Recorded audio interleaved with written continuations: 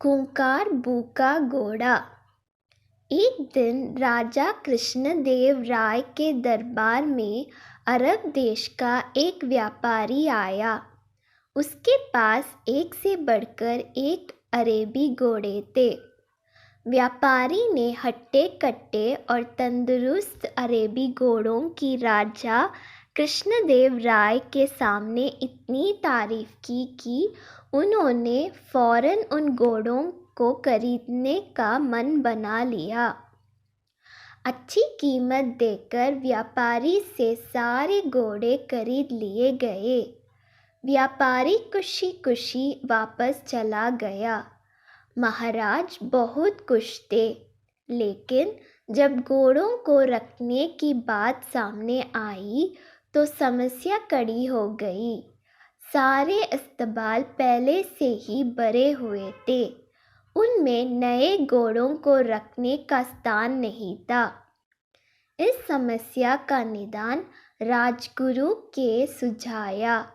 राजगुरु ने महाराज को परामर्श दिया कि जब तक इस घोड़ों को रखने एक लिए नया अस्तबल तैयार ना हो जाए, क्यों ना एक एक घोड़ा हम मंत्रियों, दरबारियों और प्रजा में बांट दे। वे उन घोड़ों की देखभाल करेंगे और उसके बदले हर महीने उन्हें एक स्वर्ण मुद्रा दी जाएगी। महाराज को राजगुरु की ये सलाह जांच गई और उन्होंने वे घोड़े अपने मंत्रियों और दरबारियों में बंटवा दिए। जो घोड़े बचे वे प्रजा में बांट दिए गए। महाराज का आदेश था, इसलिए सब लोग चुपचाप घोड़े लेकर अपने अपने घर चले गए।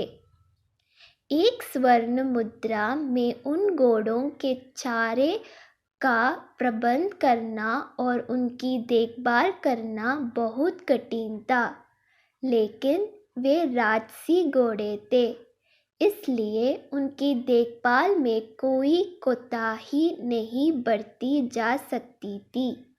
सब अपना पेट काटकर घोड़ों की देखभाल करने लगे। एक घोड़ा तेनालीराम को भी मिला। उसने वह घोड़ा अपने घर ले जाकर एक छोटी सी अंधेरी कुटिया में बांध दिया। उस कुटिया में छोटी सी एक खिड़की बनी हुई थी। उस खिड़की से तेनालीराम रोज शाम थोड़ी सी सूखी घास घोड़े को खिलाया करता था।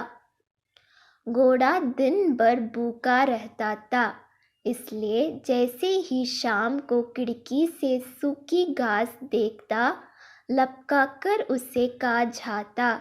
दिन बीतते गए और वह दिन भी आया जब अरेबी घोड़ों का अस्तबल बनकर तैयार हो गया।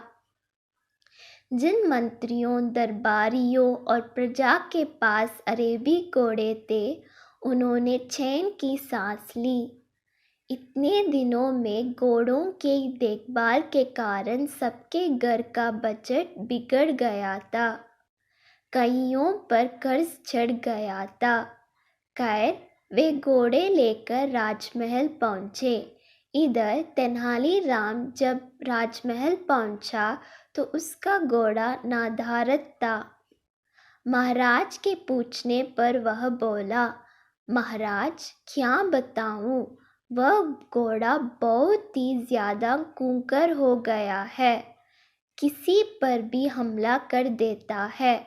मुझ में तो इतना साहस नहीं कि उसके अस्तबल में घुस पाऊं, इसलिए मैं उसे नहीं ला पाया।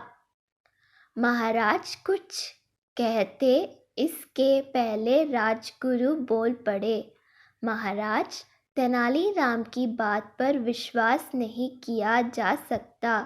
अवश्य घोड़ा सही सलामत नहीं है, इसलिए तेनालीराम बहाना कर रहा है। हमें वहां जाकर वास्तविकता का पता लगाना चाहिए। महाराज ने राजगुरु का कुछ सैनिकों के साथ तेनालीराम के घर जाकर घोड़ों को लाने का आदेश दे दिया। राजगुरु सैनिक लेकर तेनालीराम के घर पहुंच गए। साथ में तेनालीराम भी था। तेनालीराम ने उसे वहां कुटिया दिखाई जहां घोड़ा बंधा हुआ था।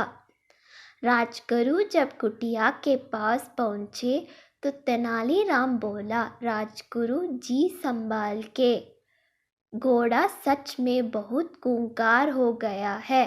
अब पहले खिड़की से उसका मुहांजना कर लीजिए।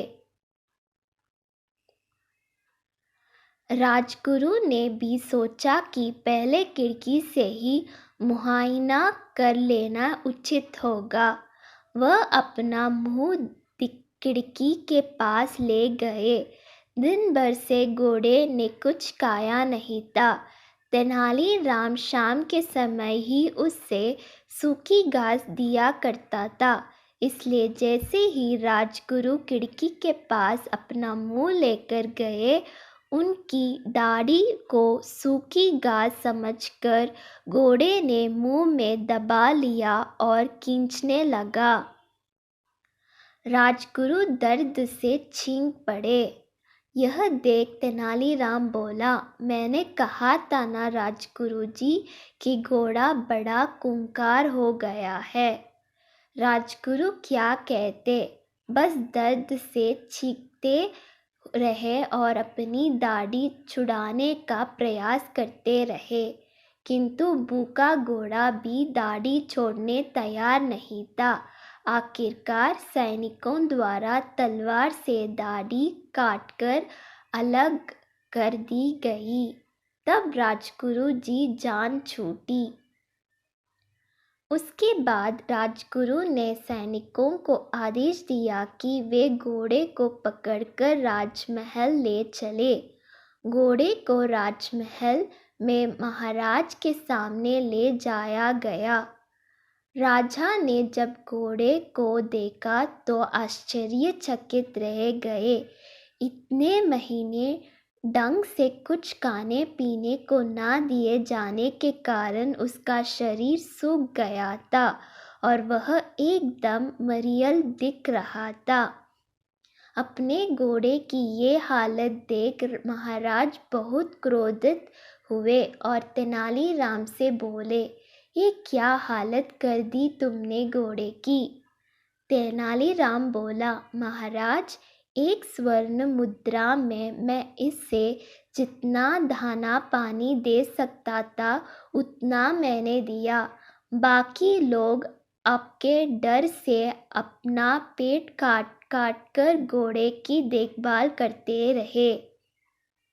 वह आगे कहता गया, महाराज, राज्य के राजा का धर्म प्रजा की देखभाल करना है, ना कि उन पर अतिरिक्त बोझ डालना। इन घोड़ों की देखभाल करते करते और उन्हें बलवान व तंदुरुस्त बनाए रखने में आपकी प्रजा दुर्बल हो गई है। आप ही बताएं महाराज, क्या ये उचित है। महाराज को तेनालीराम की बात समझ में आ गई और उन्हें अपनी भूल का एहसास हो गया। अपनी इस भूल के लिए उन्होंने सबसे क्षमा मांगी और उन्हें इन महीनों में हुई खर्चों की भरपाई भी दी। सीख, अच्छी तरह सोच विचार कर ही किसी निर्णय पर पहुंचना चाहिए। जल्दबाजी में लिए गए निर्णय सबके लिए